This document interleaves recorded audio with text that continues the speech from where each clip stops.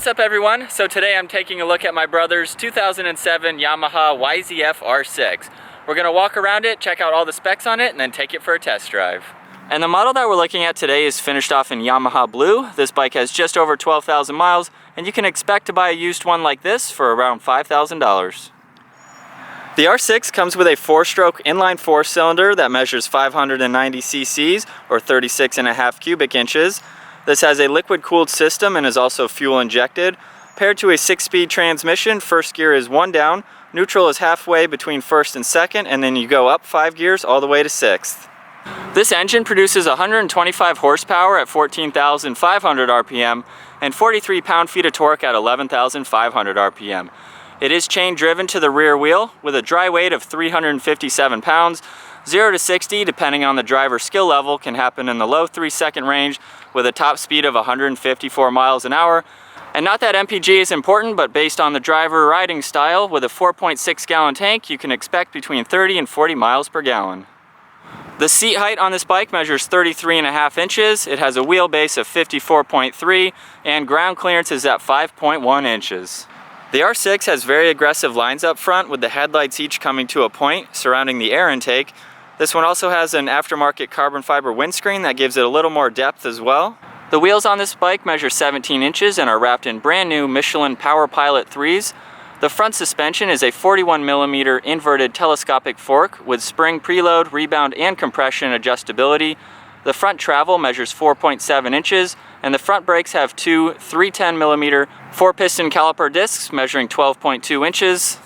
And the rear suspension is a Unit ProLink single shock with spring preload, rebound, and compression adjustability.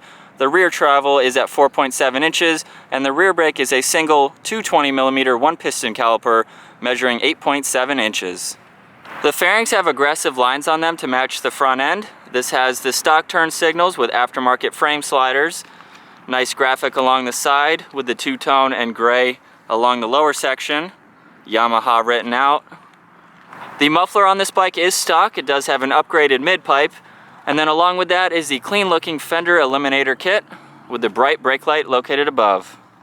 The gas tank also has aggressive lines on it, and the sides are tucked away nicely to give you a more comfortable riding position with some embossed plastic down below. And a comfortable seat with sharp lines leading to the rear seat. And now with the key, we'll go ahead and hop on the bike, check out the gauges and hand controls. Most bikes have a handlebar lock. I'll go ahead and insert the key, put it to the on position. On the left side is your speedometer and clock. You have a select and reset button, and those will go through a lap timer, your trip A and trip B. You have the tach right in the center. On the right side is your odometer and engine temperature. This white light here is the shift light for the bike. It does have a set of aftermarket clutch levers and front brake levers. Feel very nice. They're much shorter. You have your engine start and kill switch button. On the left side, obviously your clutch, your headlight switches, blinker, and the horn. And now with the bike on, we can go ahead and start it up.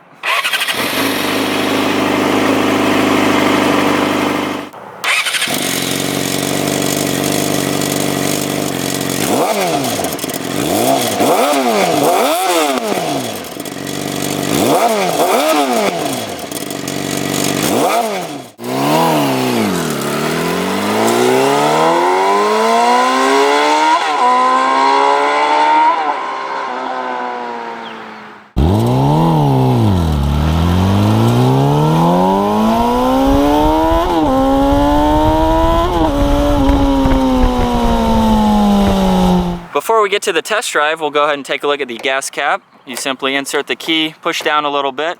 That's a safety feature to have on the bike. And then the rear storage space, you insert the key underneath. It'll pop up the rear seat. You have enough room in there for a phone or wallet. So now it's time to get this bike out on the road. All right, so I'm all geared up now. Go ahead and start it up. So the R6 is a race bike that's designed for the roads. Let's go ahead and check out its power.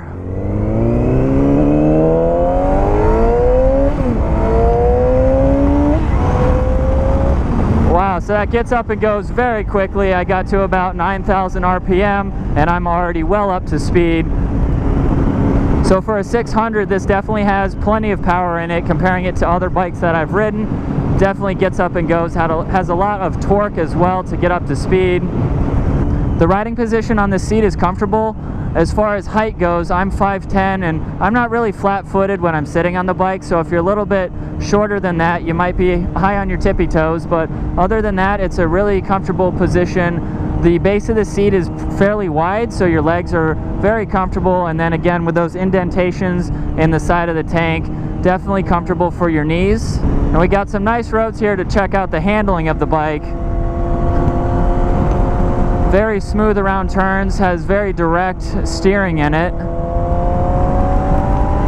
And of course, sounds incredible. Woo.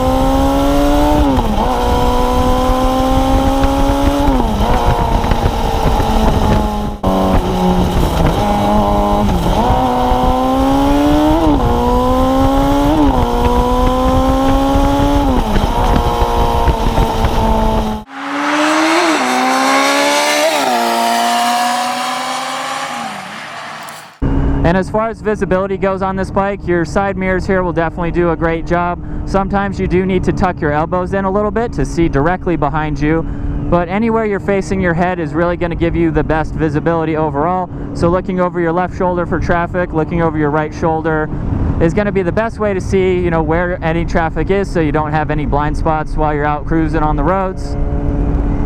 As far as the overall driving position goes on this bike, it is very comfortable. I'm not leaning too far down, you know, I'm nice and upright.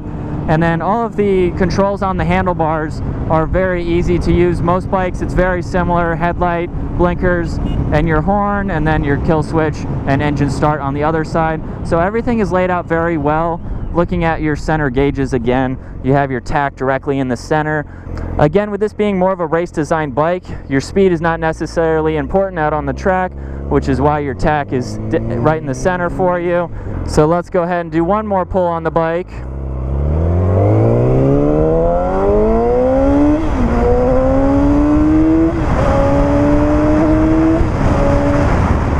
Woo! Definitely gets up and goes, moves very quickly. That 0 to 60 time again on this bike, just depending on the driver's skill level, you can easily get in the low 3-second range and just take off on this bike. So that is my ride and review of this 2007 Yamaha R6. Definitely an awesome bike. This generation runs from 06 to 2016. The newer generation is the 2017, with minor upgrades to the suspension and the overall bodywork. With this R6, you're definitely getting one heck of a 600cc bike. So if you enjoyed the video, make sure you give it a thumbs up. If you're new to the channel, make sure you're subscribed to stay tuned for more videos on the channel. I'll see you all next video.